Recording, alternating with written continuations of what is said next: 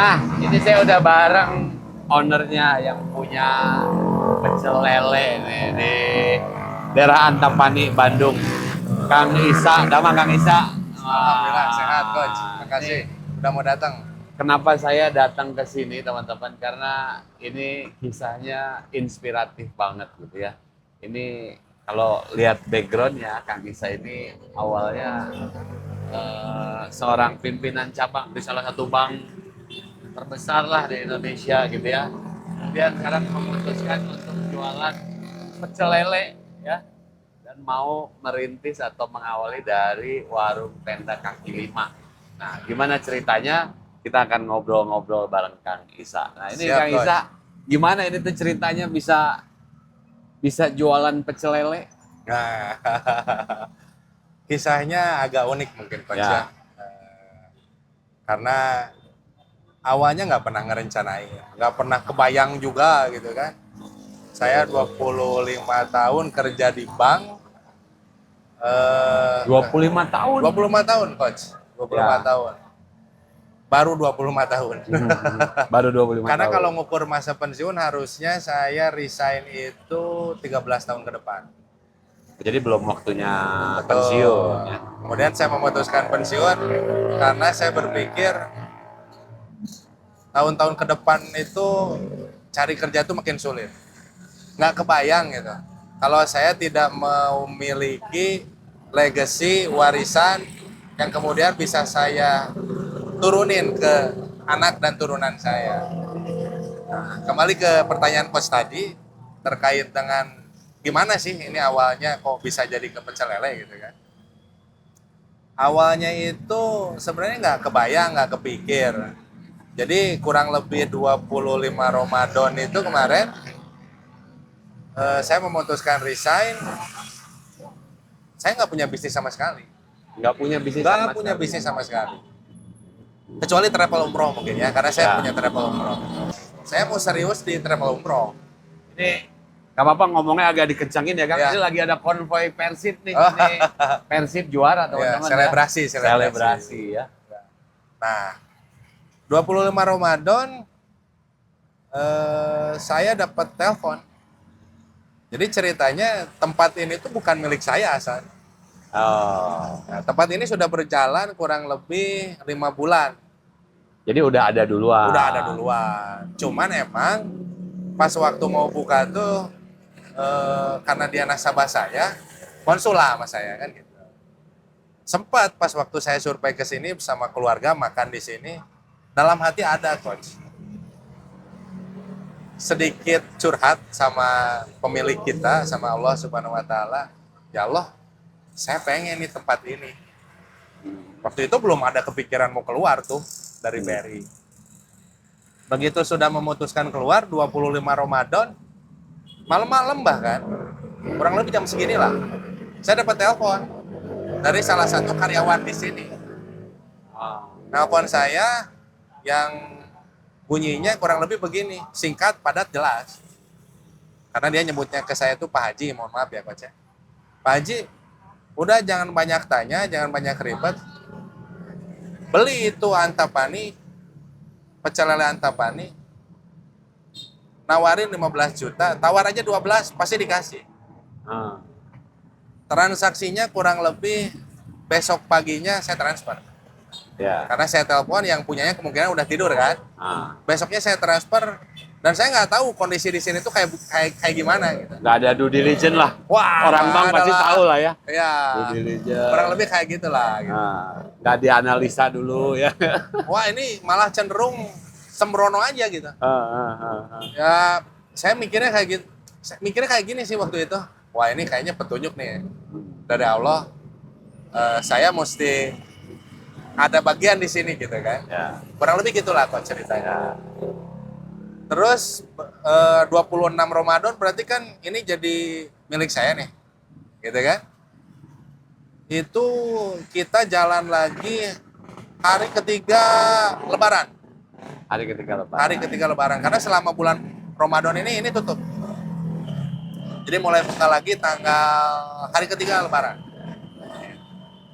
Itulah cerita awalnya Pak. awalnya. Nah ini kalau ngelihat profilnya ya, ini seorang pimpinan cabang, pekerjaan udah enak gitu ya. Kemudian akhirnya memutuskan resign dengan profil yang sudah begitu tinggi gitu ya. Sekarang mau turun lagi ke bawah ya. Dan ini bukan cuma buka terus narikin setelah enggak. Benar-benar nungguin di sini gitu ya. Benar-benar menjalankan bisnisnya. Nah, sekarang lagi persiapan cabang yang kedua ya. Kedua apa ketiga? Ketiga, salah. Udah tiga malah ya. Salah 3. Udah cepet banget. Nah, ini yang menarik. Ini salah satunya saya datang ke sini gitu ya. Kita ketemu kemarin di seminar Kuliner Mastery. Betul. Ada satu hal yang langsung dipraktekin ya. Sangat Kang, ya. langsung dipraktekin. Nah itu cuma ngasih harga 6.000 untuk semua tusukan gitu ya. Nah itu langsung ludes ya. Nah itu gimana ceritanya Kang? Oke. Jadi begitu kita buka hari ketiga Lebaran, itu booming luar biasa. Ya, Omset waktu itu hampir 4 juta. 4 juta. Hampir 4 juta. Dari yang Kaki rata 5 4 juta ya dahsyat kan? dahsyat. Dari yang biasanya, kenapa saya bisa tahu dahsyat? Karena si pegawai yang nawarin ke saya ini sering report ke saya, sering ngobrol. Saya sering nanya gitu kan, berapa per hari? Sebelum Ramadan kan? Itu rata-rata 800, 900. Oh sebelumnya itu? Sebelumnya. Nah, sebelum saya beli kan. Begitu saya beli, buka itu hampir 4 juta.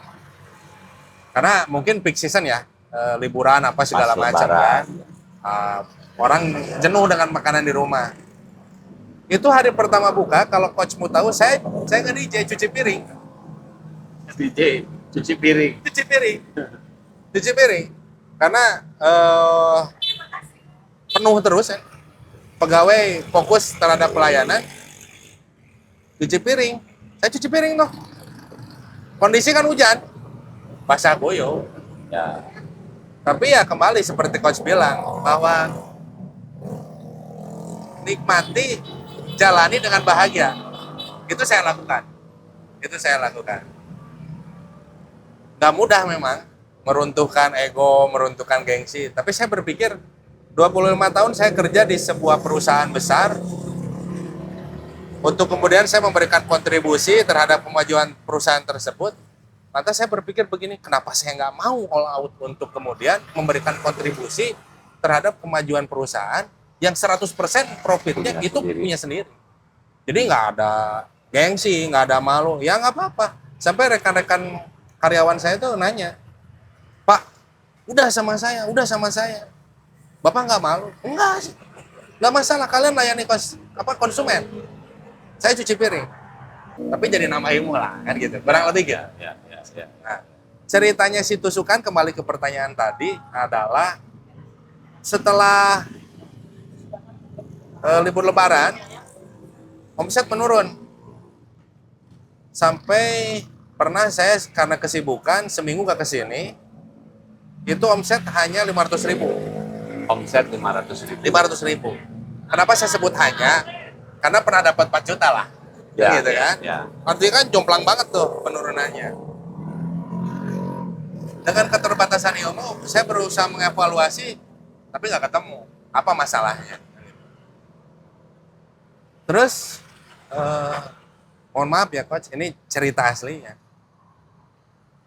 Dalam sholat tahajud, ya Allah, ini kenapa? Terus solusinya apa? Sedangkan ini tuh membawa kesejahteraan bagi banyak pihak. Ya terutama karyawan kan. Niatnya begitu ya. Niatnya begitu insya Allah.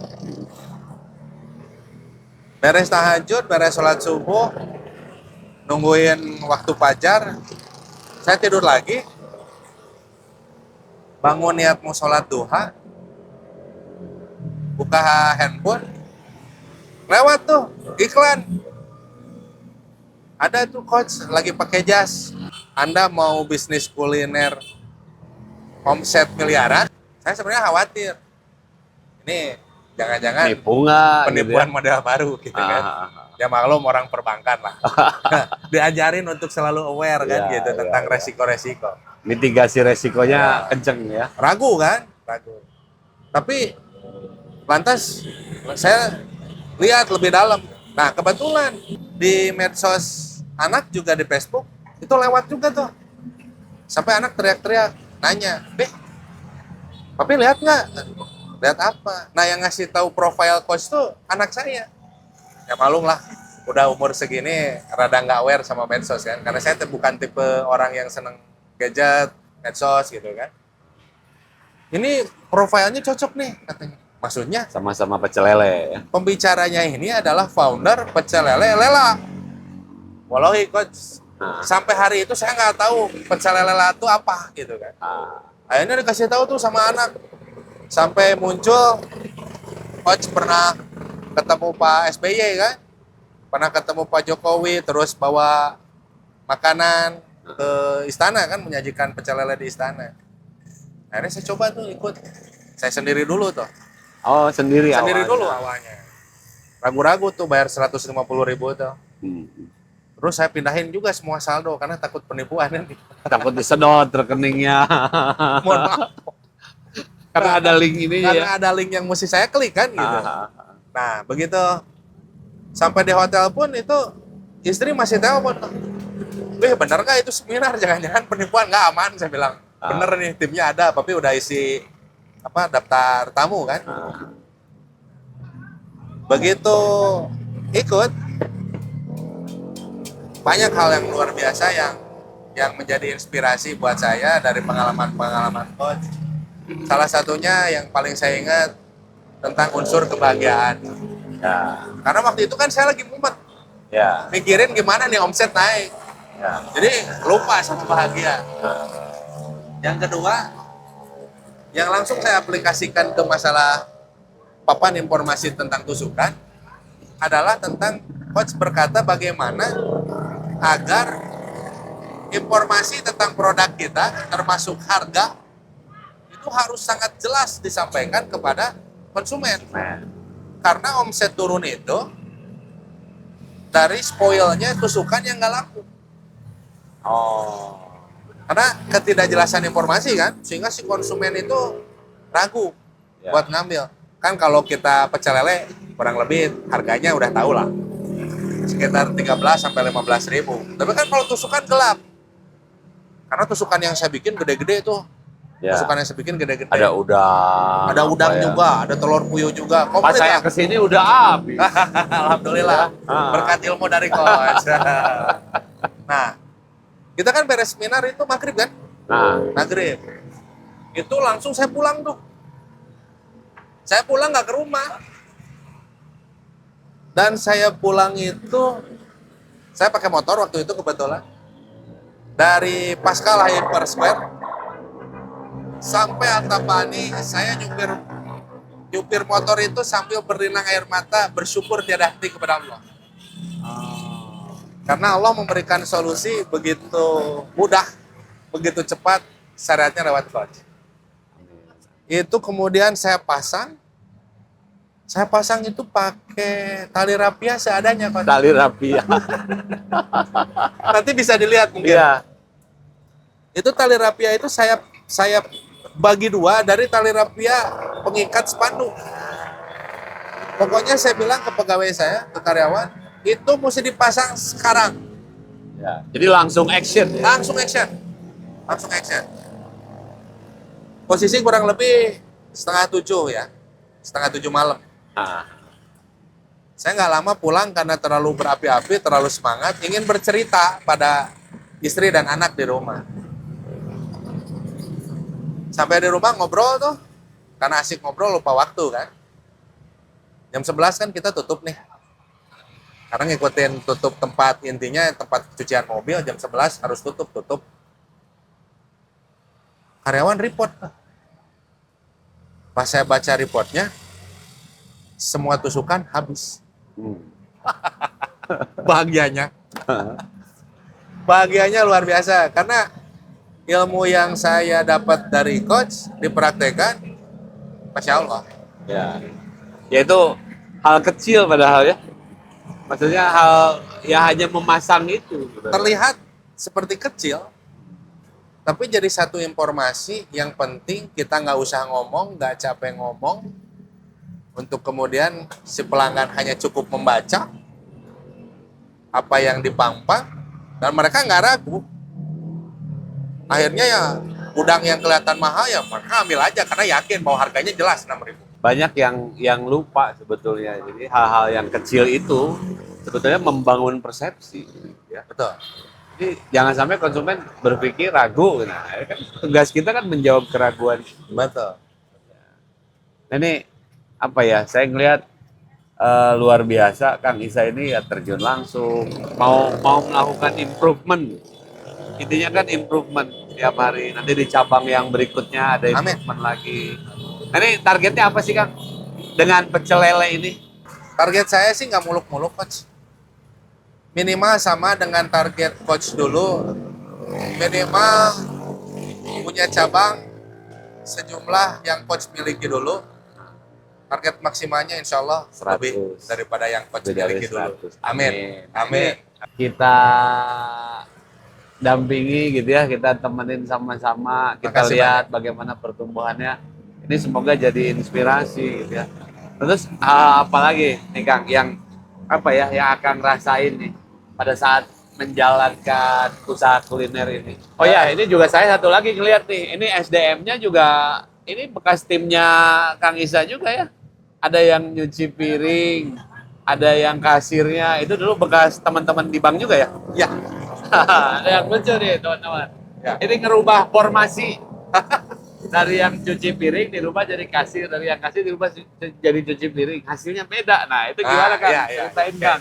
Pelajaran ketiga yang saya ambil dari seminar kita yang singkat 1 jam kan kurang lebih waktu itu. Bahwa poin ketiga itu yang paling sangat merubah mindset saya adalah sejatinya kita bisnis kuliner itu kan bukan tentang hanya menjual makanan. Tapi poin yang paling prinsip adalah kita menata kelolakan pikiran orang. Ya. Dengan konsep pengalaman apa sih yang mereka dapatkan? Menjual pengalaman. Menjual juga. pengalaman pada saat makan. Walaupun gerainya kaki 5, tapi coach mengatakan jangan berkecil hati. Pengalaman itu bisa didapatkan dari hal kecil sekalipun, gitu kan? Nah, dari hal-hal itu pulang dari sana tuh sambil nyupir tadi saya cerita sambil nangis, agak termehek-mehek mungkin. Nah, saya lantas mengevaluasi gitu kan. Kan tidak semua item di gerai kita itu terlihat oleh mata kan. Kalau kita mengelola people itu kan bukan hanya konsumen. Begitu pula dengan SDM yang ada di perusahaan kita. Saya lantas menelaah itu. Saya cek kasir saya itu tipenya pendiam. Si kasir tuh pendiam. Jadi kalau si konsumen nanya A, barangnya habis, ya dijawab cukup habis. Ya. Tidak menawarkan, tidak mensuggest produk yang lain. Tidak mensuggest produk yang lain, produk pengganti, gitu kan. Padahal produk yang lain itu masih ada. Tapi saya punya tukang cuci piring dulu itu mantan anak buah saya, rekan kerja saya di BRI, itu marketing. Nah, inget tuh, ini marketing kan pasti gacor. Ya jangan ditanya lah, skill marketingnya pasti mumpuni karena kan disekolahin. Gitu kan? Akhirnya hari itu juga saya rolling tuh. Kasir jadi cuci piring jadi kasir. Impact-nya luar biasa kan. Yang biasa teh manis itu paling kalau semalam laku 4 gelas. Hari itu omset dari teh manis nyampe 400.000. Bos bisa bayangin dong. 400.000 dibagi 5.000 kurang lebih berapa gelas? 80 dong. Sold out. Sold out. Kangkung sold out. Terong sold out. Gara-gara si tukang cuci piring ini. Gara-gara si tukang cuci piring yang gacor. Jadi kalau habis dia gimana itu? Kalau habis, misalnya ada produk habis nih. Nah, kan coach ngarahin. Jadi kasih tahu kan, jangan pernah berhenti di satu titik. Untuk kemudian kita terus menawarkan produk-produk yang masih ada kan gitu. Nah, itu saya kasih tahu tuh. Saya bilang kalau barang yang ditanyain habis, kamu bilang ini produk yang lain ada. Pokoknya semua produk yang masih ada di luar yang habis sebutin. Itu dia sebutin. Akhirnya sold out semua. Hanya dengan menawarkan. Hanya dengan menawarkan. Ya. Kan Coach bilang tuh, peluangnya 50-50, betul. Ya. Kalau Tapi nggak ditawarin, no. Kalau nggak ditawarin, no. Ya. No. Ini hanya men-switch posisi aja ya, dan lebih bahagia pasti. Karena yang satu biasa Kasir, ngasir, yang satu cuci piring. cuci piring. Saya nggak khawatir. Kenapa? Karena yang cuci piring itu mantan pegawai bank. Ah, Jadi udah biasa dong megang duit. ya. Yang kasir kemudian saya geser jadi cuci piring kan bahagia juga, Coach. Nggak ngadepin orang. Karena kan dia nggak ngadepin orang, cuma ngadepin air sama cucian. Nge-DJ aja gitu. Nge-DJ aja, dia juga bahagia aja sambil nonton YouTube kan, pasang HP. Jadi dia pribadi happy sebenarnya. Iya, Pribadi iya, happy. iya. Nah, kadang kita tuh suka menempatkan orang di posisi yang salah gitu ya. Betul. Jadi kurang tepat. Jadi memang perlu ada apa? Eksperimen, ada dicoba apalagi kalau kita lebih mengenal karakternya. Betul. Kita tahu oh ini dia talentnya di sini gitu ya. Apa ya? Menurut saya inspiratif. Ini bukan percobaan pertama ya bisnis kuliner ya. Dari tahun berapa dulu udah nyoba Saya macam-macam ya? bisnis kuliner itu dari 2013. 2013. 2013. Saya sebutin. Nah, Mulai dari dagang risol, risol, tutut, tutut. sambal goreng cumi, Hmm. mie ayam, mie bakso, mie kocok, jus, westernan, suki-sukian, terus tahu Sumedang. Oh. Sampai akhirnya yang terdampar di sini. Tutupnya juga yang cerita yang risol itu karena kebanyakan order ya. Sakit Ya. pinggang apa? Sehari itu sampai 2000 piece. 2000 risol terjual. Jadi berhenti itu bukan karena nggak laku. Pinggang berasa mau patah, Coach. Dulu masih fokus sama makanan enak dulu ya. Dulu masih fokus sama makanan enak, terus lebih kepada jajanan. Kalau sekarang diarahin sama Allah, lebih kepada makanan pokok kan. Makanan pokok. Nah, seingat saya kan, dari saya kuliah aja tahun 98, saya mundur lagi SMA 95, pecel lele itu udah ada. Ya. Sampai hari ini pun saya nggak berhenti, seneng aja makan pecel lele. Sampai Jadi, kapanpun tetap ada. pecel Insya lele. Allah, amin. Sepanjang lelenya ada, Sepanjang lelenya ada. Tapi udah lele mah nggak susah ya. aman. Soalnya ada ini apa? Ternak juga ada rencana. Sekarang ternak juga. sudah jadi obrolan wacana dengan dengan beberapa rekan untuk mengatasi supply akan bergerak ke arah budidaya. Ya. Nah, terus ini tantangan ke depan nih apa yang diantisipasi sama Kang Isa? Tantangan ke depan lebih kepada bagaimana fungsi controlling tatkala kita membuka banyak gerai dalam waktu ke depan. Karena kan Coach tahu sendiri lah, kalau kita ngomong kaki lima kan manualan ya. Ya. Alat kontrolnya gimana tuh, Coach? Ya. Gitu kan? Sedangkan fungsi yang paling penting terutama di keuangan kan, itu kan yang dikhawatirin. Ya.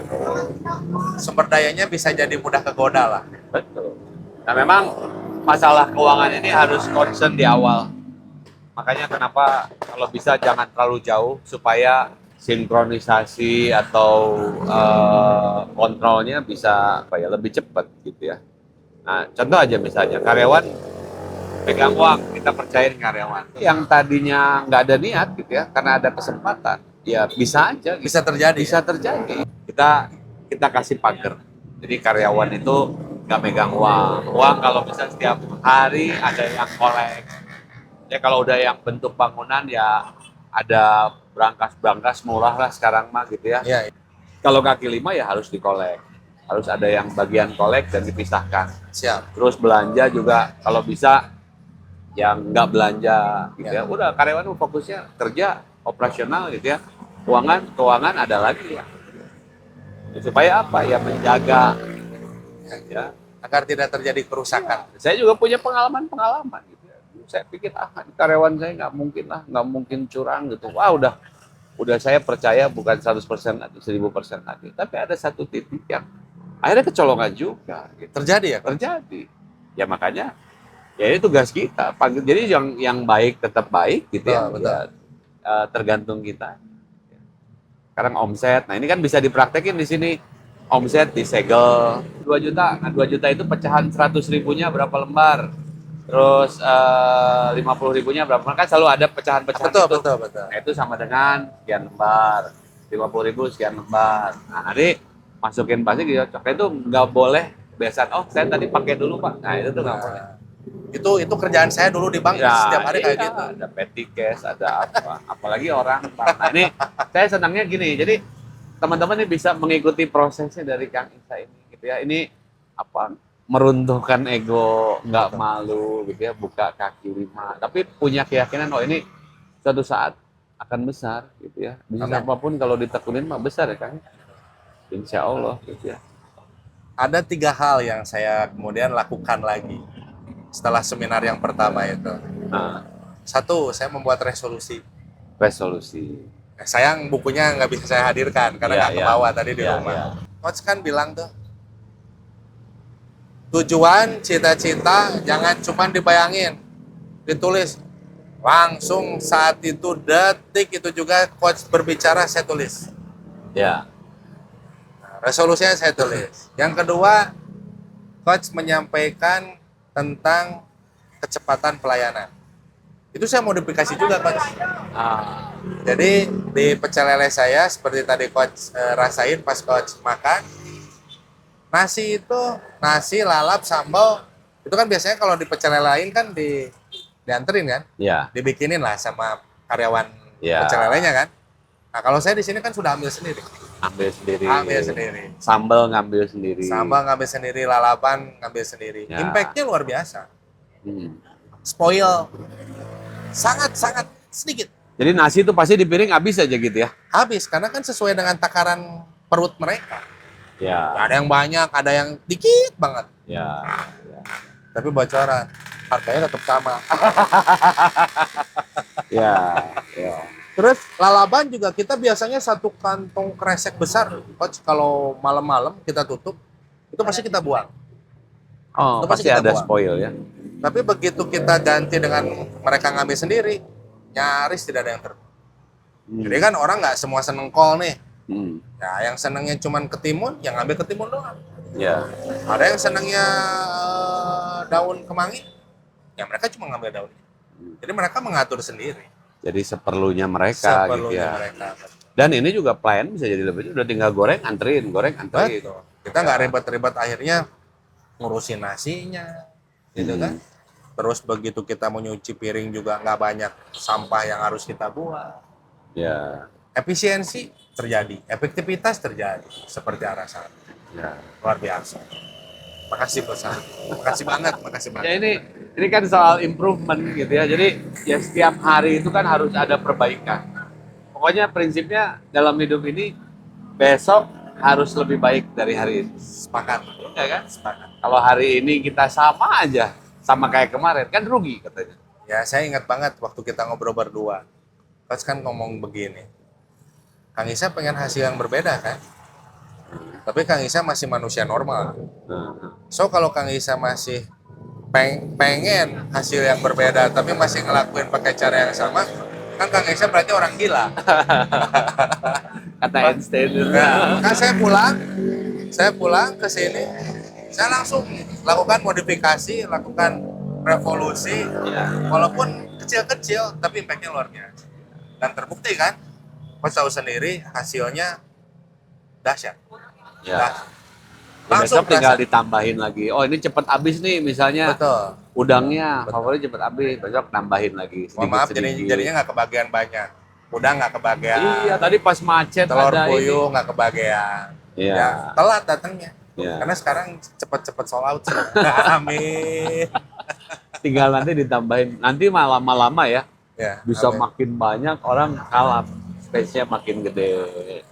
Ini kan mulainya melangkahnya dari kecil dulu. Semua juga dari kecil kan. Nggak ada yang langsung ujuk-ujuk gede. Ya. Yang penting ini ya dinikmati. Saya ngelihat prosesnya dinikmati, dibawa happy, dibawa seneng. Ya gitu gimana nggak enjoy? Kasirnya juga mantan pacar.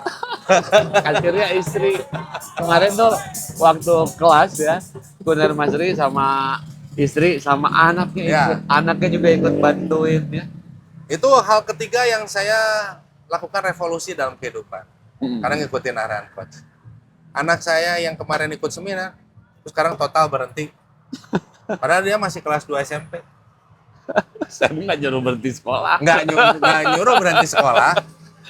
Tapi dia terinspirasi bahwa dia sempat nanya ke saya, Min, kalau sekolah itu ujungnya ngapain? Dicari duit. Terus kalau saya bisa cari duit sekarang, sesuai omongan coach, bisnis itu kan cari duit. Terus ngapain? Cari duitnya nanti. Kalaupun ada duit buat sekolah, mendingan saya pakai buat buka gerai-gerai yang lain. Nah, itu terinspirasi gara-gara coachnya ngasih arahan di seminarnya untuk terus membuka cabang. Kan gitu. Aduh.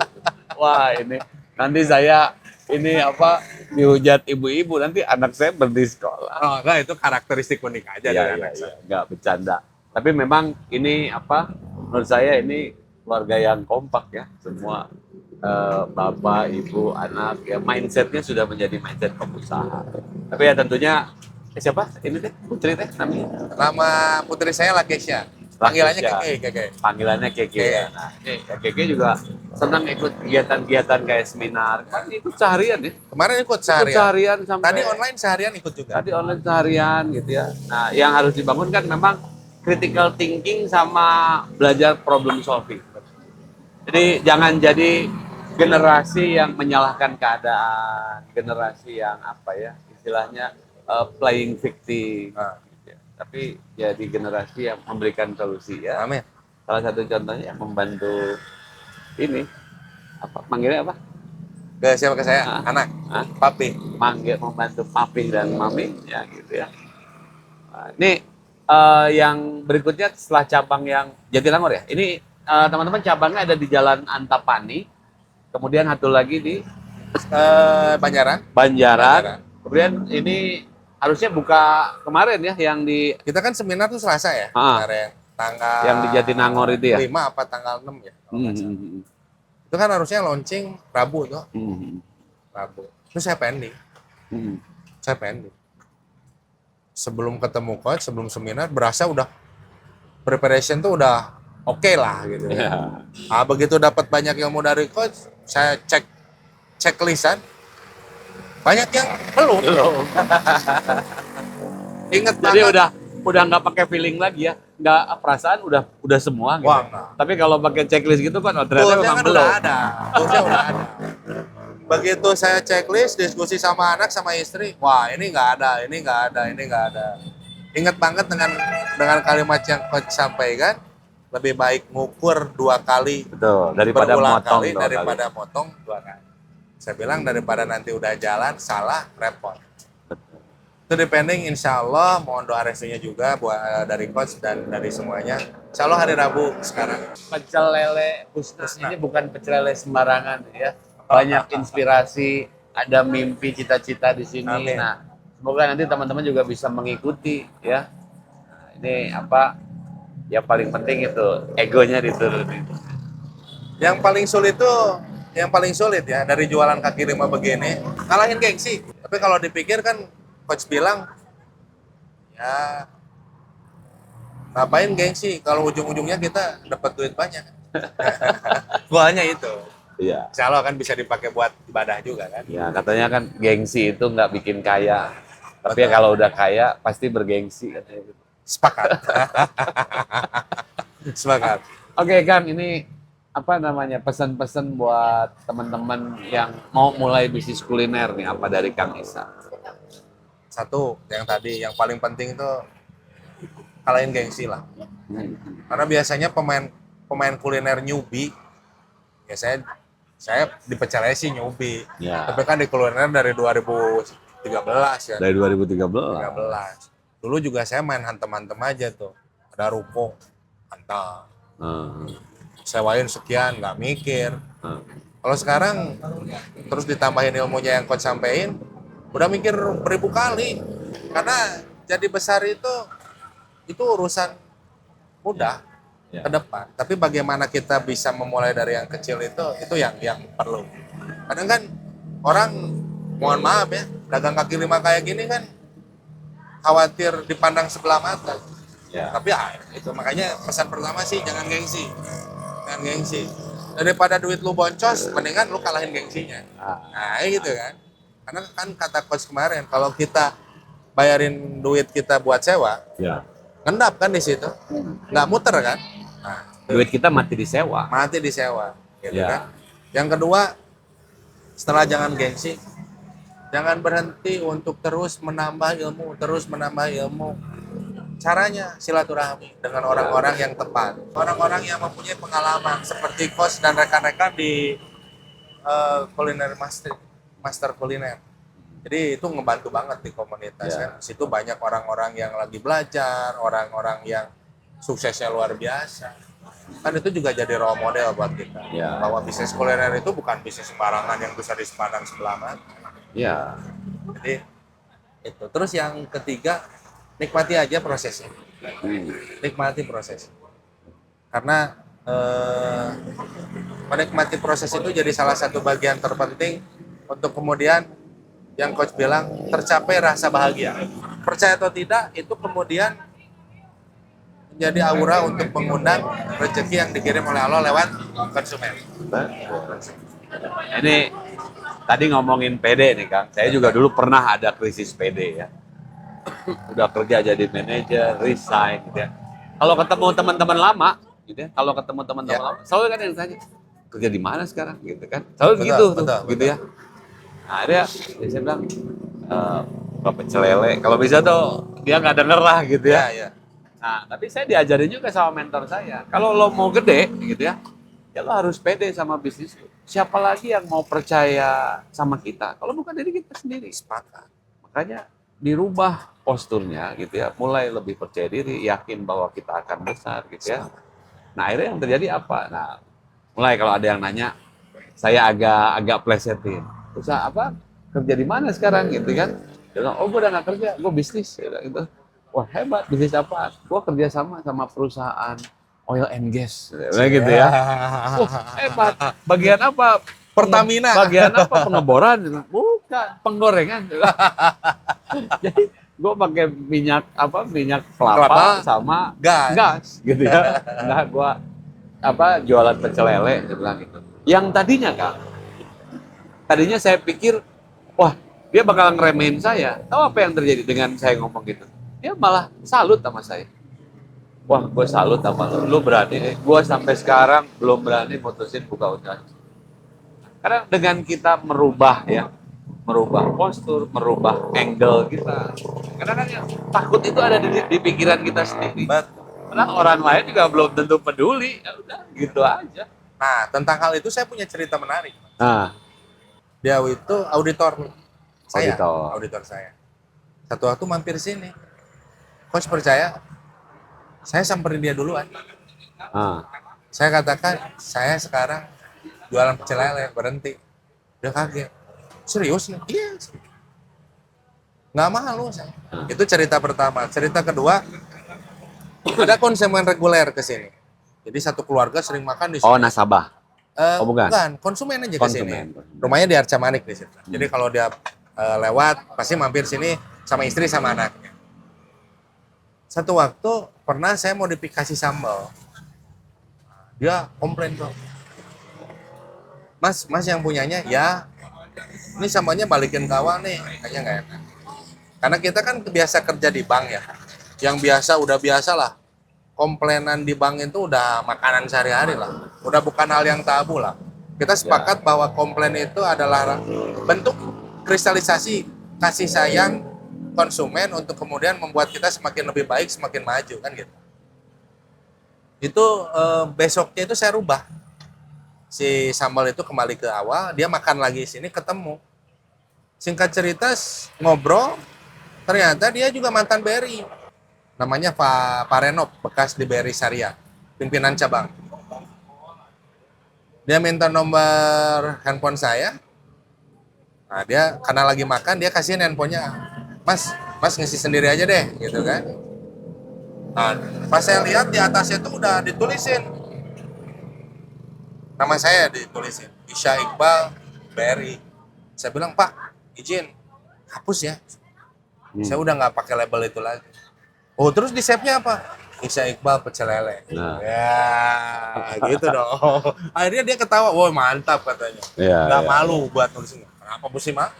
Iya. Halal, insya Allah. Nah ini semoga menjadi inspirasi buat Insya Allah, teman-teman gitu ya. Nanti teman-teman bisa main ke sini ya, bisa main ke Pecel Lele Husna di Antapani dan nanti sebentar lagi buka di Jatinangor. Nanti semoga kita bisa sama-sama mendampingi menjadi teman seperjalanan. Nih, Amin. sama-sama tukang pecel lele nih ya. Terima Jadi kasih. saling menemani ya. Amin. Oke, itu mungkin teman-teman semoga memberikan inspirasi, semoga memberikan manfaat. Sampai jumpa di konten-konten berikutnya. Tentunya bersama Kuliner Mastery, Kuliner Indonesia Mendunia. Aduh, hatur nuhun. Kang Isa, sukses ya.